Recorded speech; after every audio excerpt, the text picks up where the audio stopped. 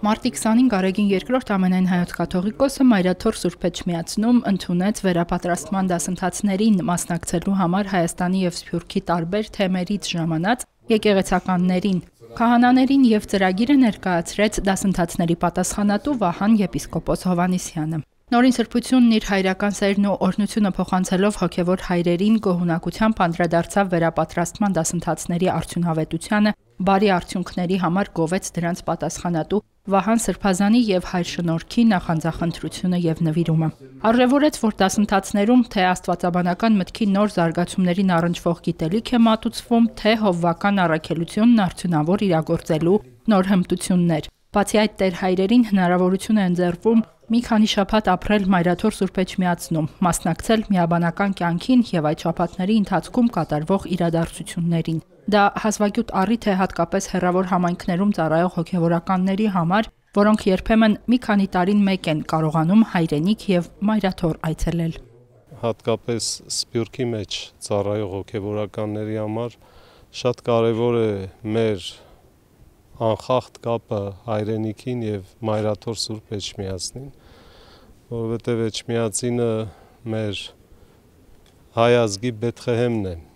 Էջմիածինը մեզ համար ներշնչանքի աղբյուր է, լույսի աղբյուր է, և կարևոր է, որ մենք ինքներս կրողները լինենք այդ Էջմիածնի կարևոր առաքելության և օրհնության, որպեսզի կարողանանք դա նաև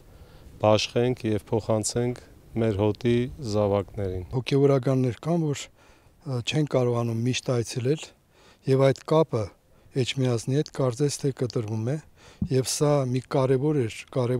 առիթ էր, որ մենք կարողացանք գանք այստեղ Էջմիածնում նորոգվելու և հիշելու մեր և ուսանողական կյանքը, և նաև մեր Էջմիածնի հետ այդ կապը ավելի ամրացնելու։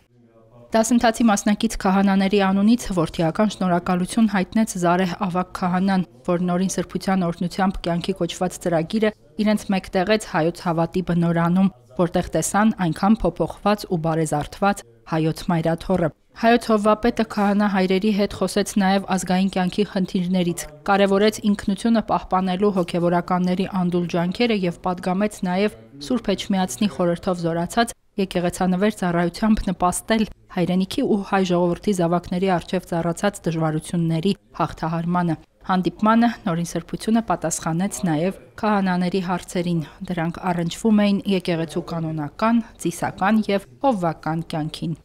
Հերմինե Հակոբյան, Հարություն Տոլանյան, Եկեղեցական կյանք։